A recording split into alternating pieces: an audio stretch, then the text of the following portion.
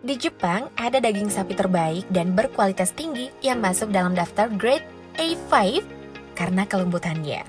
Dan diakui seluruh dunia. Yap, apalagi kalau bukan Wagyu. Memiliki corak khusus pada dagingnya yang serupa marmer.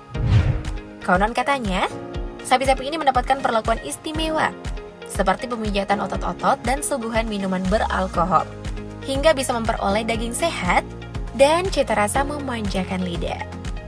Nah, di video proses kali ini, kita akan membahas lebih banyak rahasia dari kelezatan Wagyu yang melegenda. So, stay tuned!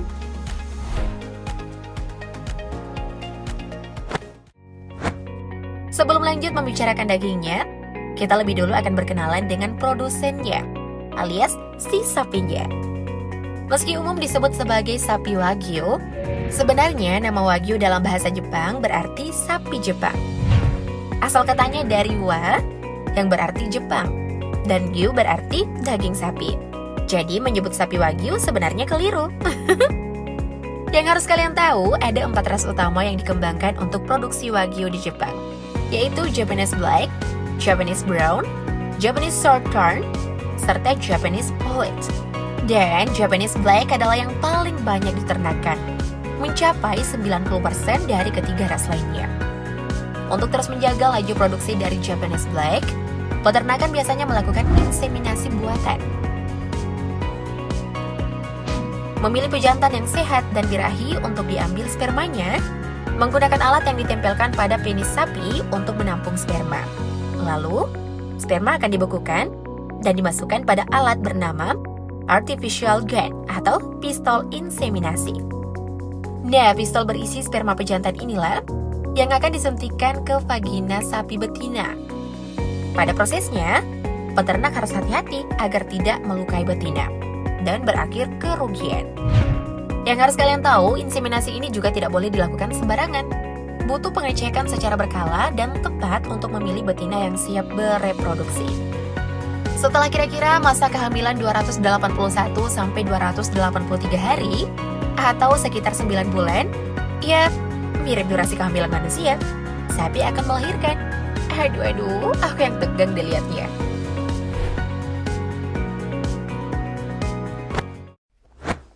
Dimulai dari kelahiran anak sapi tadi, perlakuan istimewa diterapkan. Diberi pakan khusus untuk memastikan dagingnya memiliki marble atau guratan garis putih yang berasal dari lemak intramuskular khas. Anak Wagyu dimanjakan, sembari mendapat kehangatan dan susu dari induknya langsung. Wagyu junior biasanya juga akan diberi botol susu menggunakan tangan, persis seperti ibu yang memberi botol susu kepada anaknya.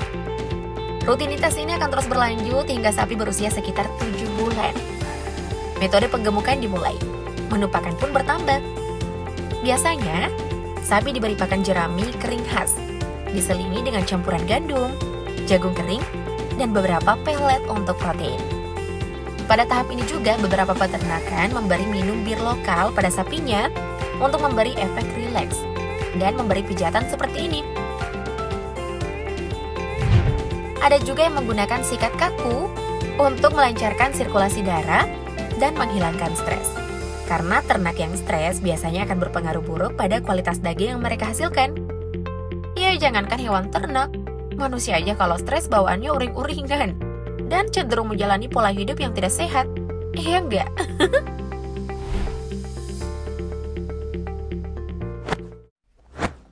Makanya kesehatan dan kenyamanan Wagyu sangat diutamakan. Selain pemberian pakan yang dijaga, proses paling penting yang mendukung keberlangsungan hidup para sapi di peternakan adalah perawatan. Pada tahap ini, kesehatan fisik Wagyu mulai diperhatikan. Beberapa peternakan kadang mengikir tanduk sapi yang sebenarnya sih tidak seberapa panjang dengan alat khusus. Lalu, bagian kukunya juga dibersihkan dan dipotong, seperti medi-pedi di salon. Ajaibnya nih, meski kelihatan cukup menyeramkan karena alat yang digunakan kadang berasap, tapi Wagyu tidak akan bereaksi menghamuk atau gelisah. Mereka memang dikenal sebagai tipe sapi yang cenderung tenang dan tidak agresif. Kandang sapi juga dipastikan selalu bersih dan cukup mendapatkan sinar matahari. Peternakan di luar Jepang, ada juga yang membiarkan Wagyu merumput langsung di lahan terbuka yang luas. Wagyu cukup mudah beradaptasi di berbagai cuaca dan medan. Makanya, negara-negara seperti Australia dan Amerika Serikat, peternakan Wagyu juga mulai dikembangkan. Meski memang kebanyakan dari mereka adalah hasil perkawinan silang. Di Amerika, Wagyu disilangkan dengan sapi Angus. Ras silang ini diberi nama American Style Kobe Beef. Nah, setelah kira-kira Wagyu berumur 3 tahun dan mendapatkan berat sekitar 700 kg, Wagyu siap dipanen dan disembelih.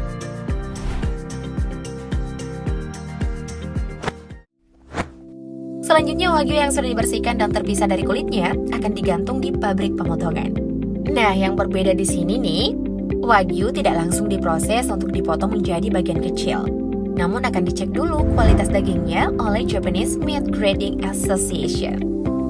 Standarisasi khusus yang didasarkan pada 2 peringkat, yakni Weight Grade dan Quality Grade yang dinilai dari beberapa faktor. Weight Grade yang berarti peringkat huruf A, C, menentukan jumlah daging berkualitas dalam satu bagian potongan sapi. Sementara Quality Grade meliputi peringkat angka 1-5 yang menilai visual daging, mulai dari warna, ketegasan corak, hingga teksturnya. Yang paling tinggi tentu saja grade A5. Grade ini bisa dijual hingga menembus angka jutaan rupiah. Wow.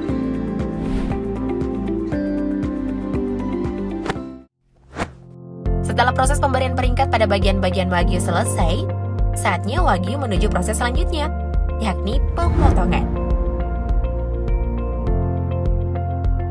Pada tahap ini, pemotongannya dilakukan secara manual, menggunakan alat potong super tajam yang dikombinasikan dengan skill pekerja yang berpengalaman memisahkan daging dari tulang. Secara hati-hati, Wagyu akan diiris pelan berdasarkan jenis peringkatnya. Pada satu bagian tubuh sapi, bisa terdapat berbagai macam jenis grade berbeda yang akan dipotong secara sempurna, hingga terbentuk potongan-potongan berbagai ukuran yang menggoda, dengan warna merah segar dengan kandungan lemak jenuh yang dipercaya baik untuk kesehatan.